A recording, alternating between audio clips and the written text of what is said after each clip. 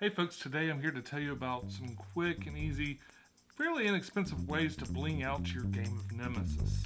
It's all coming up right after this.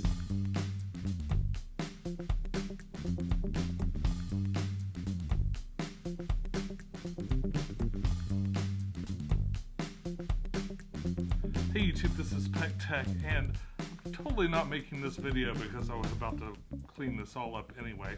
So soon after I got Nemesis, I got onto the Facebook group, the same name, that discusses this game, and a few really innovative things came out of that not only are great in this game, but are great in lots of different games. So I've got three cool things to show you, and definitely the first two, well, really all three of them you can utilize in other games too if the components are, matching.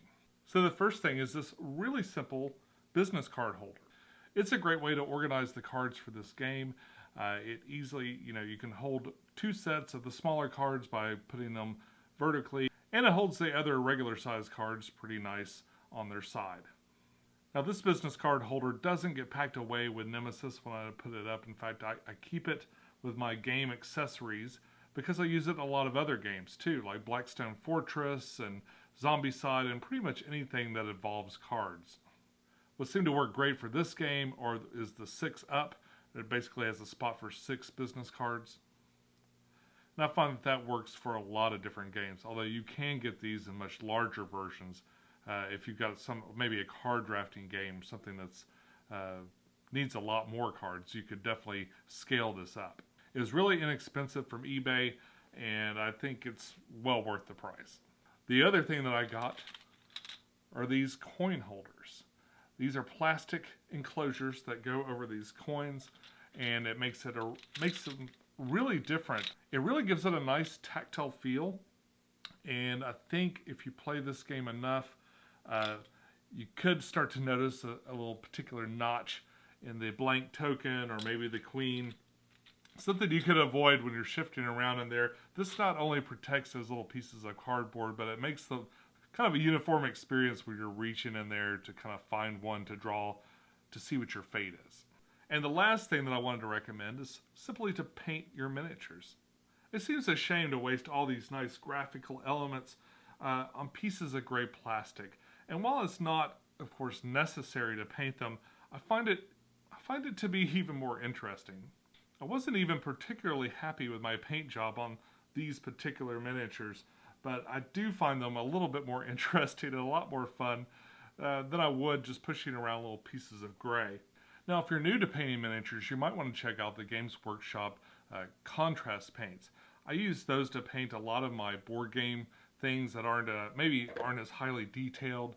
You can use them for other stuff. I've used them sparingly in different parts of maybe Blackstone Fortress, some of the newer expansions for that.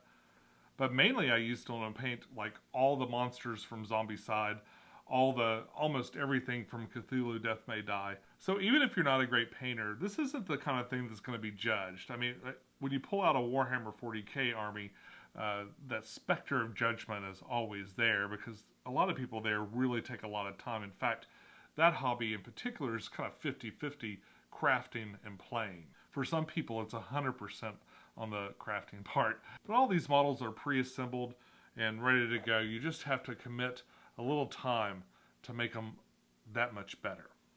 So I haven't made a lot of videos on this channel in a while, and I'm trying to kind of turn that around. While we're in lockdown here, it seems a shame not to kind of share some of these other things I'm interested in with all of you. So if you haven't subscribed to the channel yet, please subscribe. I am making new content. I got a couple of things that came in right, some Kickstarters that arrived right as the quarantine hit, just in time.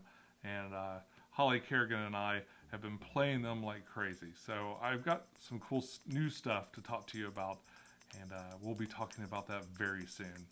But that's all I got for you right now. Until I see you again, I wish you well. Bye-bye.